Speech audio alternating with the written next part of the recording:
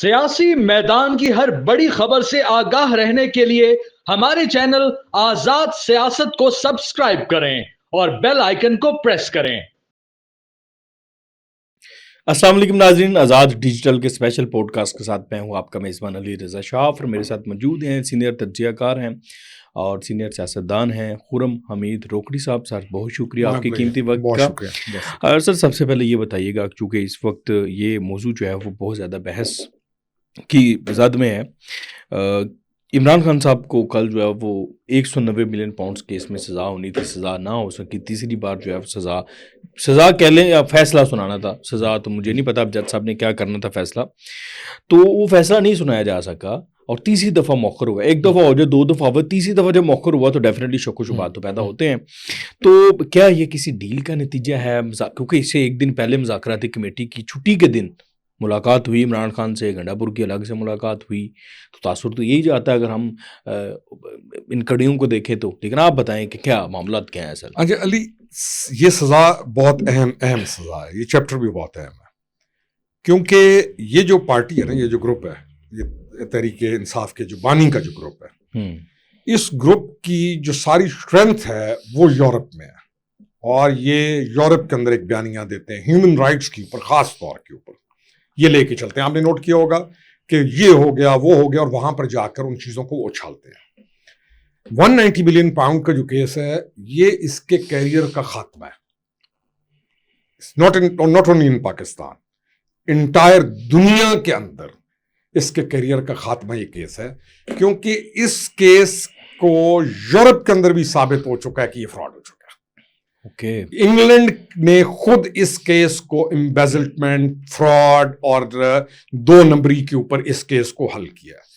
England کو by it self پتا ہے کہ یہ کیس کے اندر یہ ڈائریکٹلی انوالوڈ ہے 190 ملین پاؤنڈ کی۔ ایک تو اس کی سزا جو ہے ڈیفینیٹلی پاکستان میں اہم ہے ہی ہے، جو کچھ یہ پاکستان کے ساتھ کر چکا ہے، لیکن اس کی سزا کی اناؤنسمنٹ کے بعد یہ پوری اس دنیا میں جہاں سے یہ سمپتیز گین کرتا ہے، اور اس کے جو بیٹھے ہوئے ہیں وہاں پہ اسٹوج جو سمپتی گینز کرتے ہیں، ان تمام کا بھی خاتمہ ہے۔ اس لیے یہ سزا بہت اہم ترین سزا ہے۔ اب کیا یہ کوئی ڈیل ہو رہی ہے، اس کو ٹائم دے رہے ہیں، اس I don't know، چیزیں تو چل رہی ہیں، مذاکرات بھی چل رہے ہیں ان کے۔ میں اتنا کہہ سکتا ہوں اس کو جانتے ہوئے، یا اپنی جو اسسمنٹ دوں گا وہ یہ ہے کہ اس پر اعتبار کسی کو نہیں کرنا چاہیے۔ عمران خان، یس، اس کے اوپر اعتبار کرنا جو ہے وہ فائدہ مند نہیں ہو سکتا، کیونکہ اس کیس کے اندر یہ اتنی ویک وکٹ پہ ہے، جو کہ نہ صرف اس کے پورا انٹائر اسٹیٹ جو نیریٹو ہے اس کو بھی کبھی خاتمہ ہوتا ہے سزا میں، اور دوسرا جو یہ پوری ریسٹ آف دا ورلڈ کے اندر پاکستان کو گندا کر رہا ہے اور پاکستان کے خلاف موومنٹ چلا رہا ہے، یہ وہاں پہ بھی فنش ہوتا ہے۔ اور ٹرمپ کی گورنمنٹ کے آنے سے پہلے اس کا کیریئر، یہ جتنا بھی اس کی ہے وہ سارا کچھ وہاں پہ ختم ہوتا ہے، کیونکہ یہ جو کرپشن ہے، اس کا سٹارٹ ہی انگلینڈ سے ہو رہا ہے، اور انہوں نے اس کو اٹھایا اس کیس کو۔ تو یہ بڑا انٹرسٹنگ سبجیکٹ ہے، آئی وش کہ یہ سزا ہو۔ اچھا، آپ یہ کہہ رہے ہیں کہ اس پہ اعتبار نہیں کرنا چاہیے، آپ نے تھوڑی سی باریک بات کی ہے، کیا کوئی اعتبار کرنے کی کوشش کر رہا ہے یا کیا جا رہا ہے؟ کوئی ایسی چیز ہو رہی ہے؟ علی دیکھیں، ہم اس حق میں تو ہیں اور تھے بھی صحیح کہ آپ پولیٹیکل پارٹیز کے ساتھ ڈائیلاگ کرتے ہیں، اور اس پارٹی نے بالآخر آ کر گورنمنٹ کے ساتھ ڈائیلاگ کرنا شروع کیا، جس کی یہ پہلے انکاری تھی۔ پولیٹیکل پارٹی ہے، لیکن ڈائیلاگ غیر مشروط ہونا چاہیے۔ میرے جیسے لوگوں کا یہ ہے کہ آپ پولیٹیکل پارٹی کو ڈائیلاگ دیتے ہیں، اسپیس دیتے ہیں، اور آپ نے دیا، گورنمنٹ نے ثابت کیا، آپ کو اداروں کے اوپر یہ الزام لگاتا رہا، انہوں نے ثابت کیا کہ نہیں، ہم اس کو اسپیس دے رہے ہیں، آئے ڈائیلاگ کریں۔ یہ ڈائیلاگ پہ بیٹھے بھی ہیں، لیکن اب بڑے لوگ جگہوں پہ جو لوگ بیٹھے ہیں ان کو زیادہ چیزیں بہتر پتہ ہوتی ہیں، ان کو زیادہ انڈرسٹینڈنگ ہوتی ہے کیا کام کرنا ہے۔ میں تو ایک انڈیپینڈنٹ ایک جو اپنا تجزیہ دے رہا ہوں کہ اس ساری چیز میں ایک تو ان مذاکرات کو میرا آئی ایم ویری ہوپ فل کہ یہ مشروط نہیں ہے، یہ بلا مشروط مذاکرات ہیں۔ اعتبار اگر میرے سے آپ پوچھیں کہ اعتبار کیا جا سکتا ہے، ہم کہیں گے ڈائیلاگ بھی کریں، سارا کچھ کریں، اس پہ اعتبار نہیں کیا جا سکتا۔ بالکل ٹھیک ہے. اچھا ابھی بھی مذاکرات کی چونکہ بات ہو رہی ہے تو اس حوالے سے ایک اور تھیوری مارکیٹ میں پائی جاتی ہیں, یہ اس وقت حلقوں میں ڈیفینیٹلی گردش کر رہی ہے, وہ یہ ہے کہ بشرا بی بی جو باہر ہیں وہ ان کو باہر رکھا بھی اس لیے گیا ہے کہ وہ مذاکراتی عمل یا گارنٹی کے حوالے سے عمران خان صاحب کو کچھ چیزوں پہ جو سیٹل ڈاؤن کرنے کے لیے وہ باہر ہیں. آپ کیا سمجھتے ہیں کہ بشرا بی بی اگر فار ایگزامپل اعتبار اگر ان پہ ڈائریکٹ نہیں کیا جاتا, بشرا بی بی بھی درمیان میں آتی ہیں اور وہ عمران خان صاحب کو کسی موڑ پر منانے کی کوشش کرتی ہیں, کوئی ڈیل, کوئی چیز, کوئی ایسی چیز جس پہ ریاست کہتی ہے یار یہ نہیں, ریڈ لائنز یہ ہیں تو اس کو نہیں کرنا, تم نے کراس کرنا, تو اس میں بشرا بی بی کہتی ہے کہ ٹھیک ہے میں اس کی گارنٹی لیتی ہوں اور عمران خان کو منانے کی کوشش کرتی. کیا ایسی پاسبلٹی ہے وہ بشرا بی بی کی بات مانیں گے عمران خان صاحب؟ اچھا, اس سے پہلے میں یہ کہوں گا کہ میں یہ سوچوں گا کہ کیا جو سابقہ خاتون اول ہے جو اس وقت بشرا بی بی ہے, کیا وہ چاہے گی کہ یہ کام ہو؟ کیا وہ چاہے گی مذاکرات ہوں اور کوئی سیٹلمنٹ ہو؟ میں بالکل ان بائسڈ اوپینین وہ چاہے گی ہو. وہ اس کی ریزنز کیا ہیں ان کے اوپر ہم شاید نہیں جاتے, کیونکہ ہمارے لوگ نارملی ریزنز کو سن کے پھر ملائن کرنا شروع کر دیتے ہیں بھائی یہ کوئی ریزن ہے.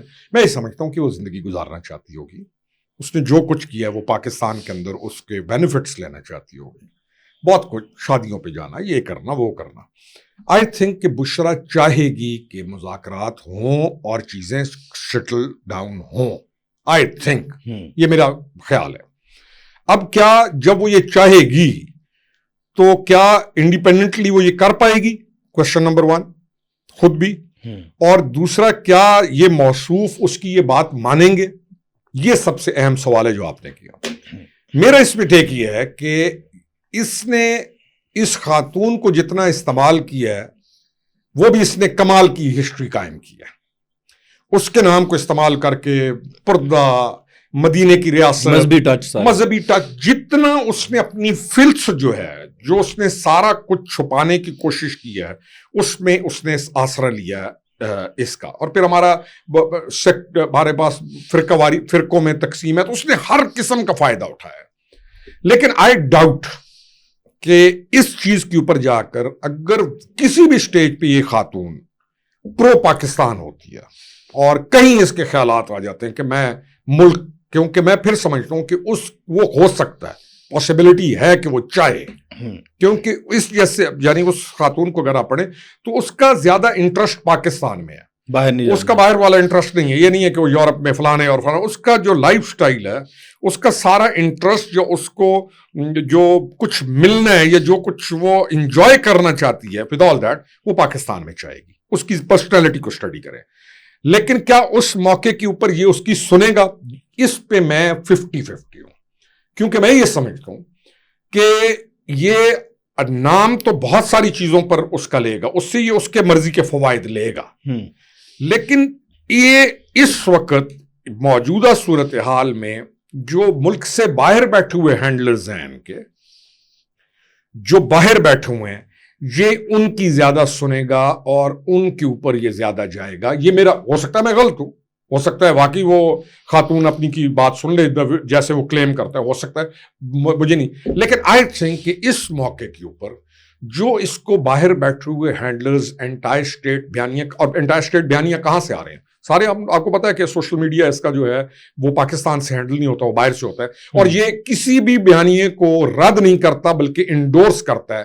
تو میرا خیال ہے 50-50 ہے کہ اگر یہ خاتون چاہے بھی صحیح تو یہ جو ہے نا خود یہ وہ جو باہر کے بیانیے ہیں ان کے اوپر جائے گا, اور ان جو باہر بیٹھے ہوئے اس کے جو بیانیہ بنانے والے لوگ ہیں وہ پاکستان کا نقصان سوچ سکتے ہیں, خیر نہیں سوچ سکتے, اس میں کوئی شک نہیں ہونا چاہیے.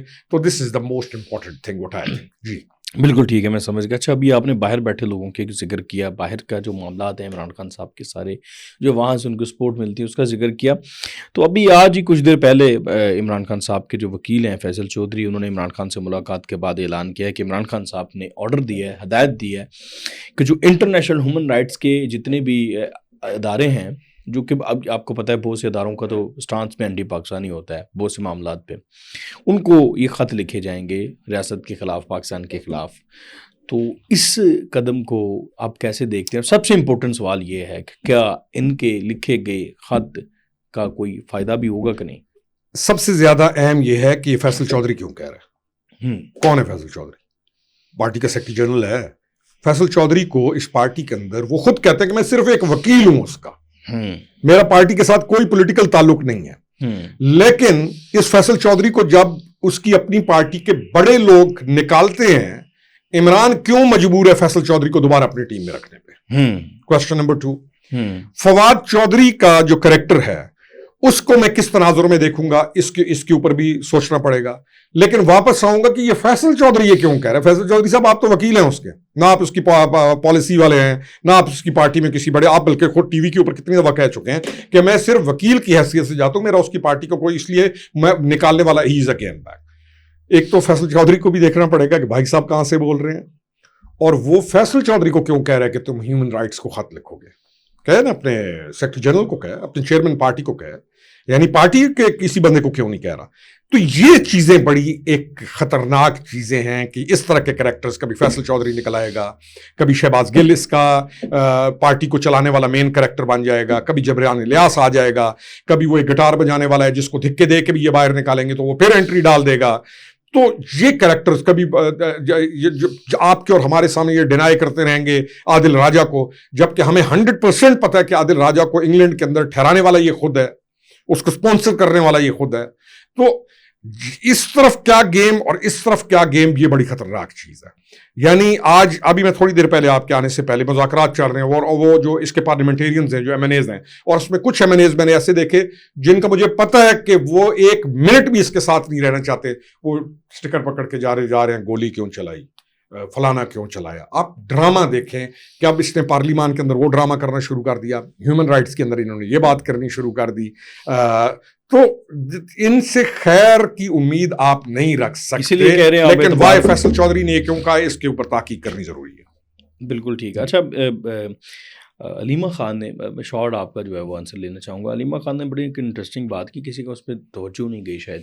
وہ اس نے کہا ہمت ہے تو یہ فیصلہ سنا کے دکھاؤ. اب دیکھیں اس فیصلے میں 190 ملین پاؤنڈز کیس کا جو فیصلہ ہے, اس میں صرف عمران خان صاحب کو سزا نہیں ہونی, اس میں بشرا بی بی کو بھی سزا ہونی ہے. تو کیا یہ پرووک کر رہی ہیں کہ بشرا بی بی کو جیل میں ڈالو تاکہ مجھے موقع ملے پارٹی چلانے کا؟ نہیں, دیکھیں دو چیزیں ہیں. میں ان کی جب بہنوں کا تذکرہ آتا ہے نا, میں اس کے اوپر خاموش ہو جاتا ہوں. اس کی وجہ یہ ہے کہ میرا ان کا ایک ایسا تعلق رہا ہے کہ ہم, یعنی میرا گھر ان لوگوں کا گھر تھا. Fair enough. اور میں یعنی وہ بہت ساری چیزیں ہم اس پہ نہیں جاتے.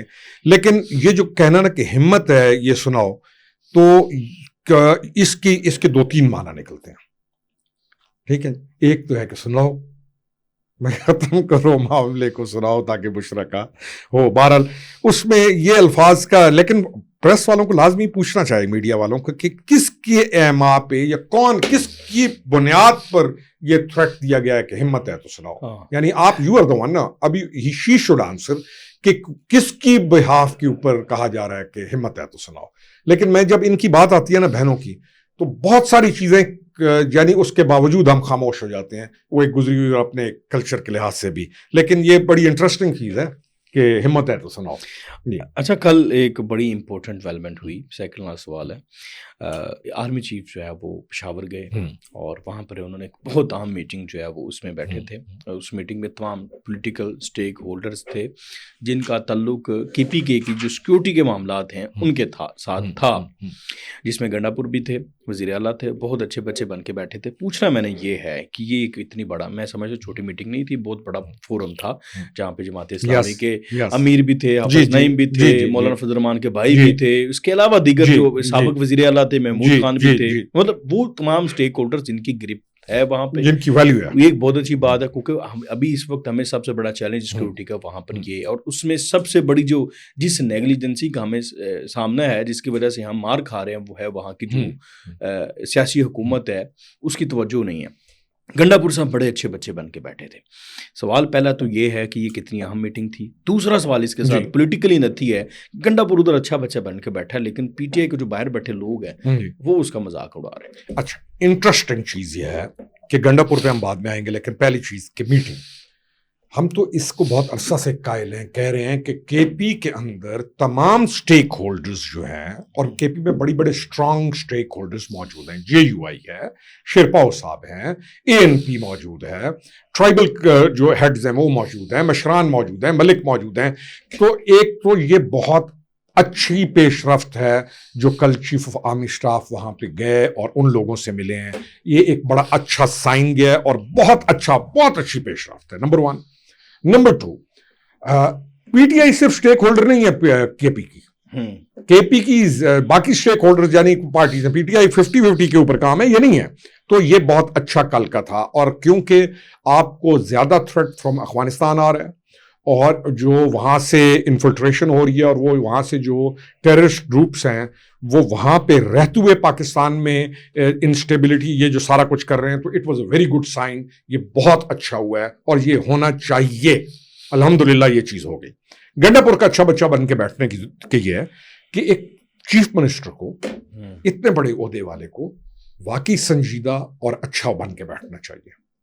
اس کی پرائرٹی, اس کی جو سکوپ ہے, اس کا صوب ہے, اور اس کو اپنے آپ کو اچھے طریقے کے ساتھ پیش کرنا چاہیے, جس پہ میں گنڈا پور کو اس کل والی ایکٹیویٹی پہ آئی ول انڈورس دس تھنگ کہ اس نے بڑا اچھے طریقے, کیونکہ وہ ہوسٹ ہے, وہ مہمان ہے, وہ چیف منسٹر ہے وہاں پہ, اس نے اچھے طریقے سے اس چیز کو کیا. اچھا بچہ بن کے بیٹھنا وہ بننا چاہیے, وہ اچھا بچہ بن نہ بیٹھے بن کے, تو پھر وہ اچھا بچہ بننا اچھا کیا اس نے اپنے ساتھ بھی, اور ہی شوڈ گو مور جسے کہنا سنجیدہ یا سیریس ہو کے اس کو چلنا چاہیے. اچھا کیا اس نے. رہی اس کی پارٹی کا اس کو ٹرول کرنا, تو جس نہج پر ان کو سکھایا گیا, جو ان کو پڑھایا گیا, تو آج ان کو وہ گلے پڑ رہا ہے. آپ مجھے بتائیں کہ ان کی ٹریننگ کیا ہے.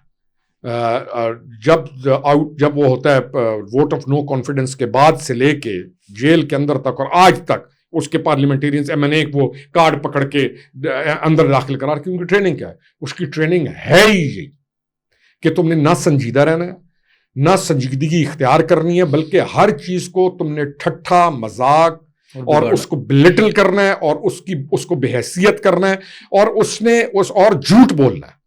اس نے لگاتار یہ کام کیا. تو جو زومبیز وہ تیار کر چکا ہے, ان زومبیز نے اب انہیں کو پڑھنا تو ہے, لیکن میں پھر کہتا ہوں کہ گنڈا پور خود ایک جن ہے, تو وہ ہینڈل کر لے گا ان چیزوں. بالکل ٹھیک ہے سر. آخری سوال ہے, مختصر جواب دیجیے گا. رچرڈ گرینل. جی, رچرڈ گرینل جہاں کہاں گیا؟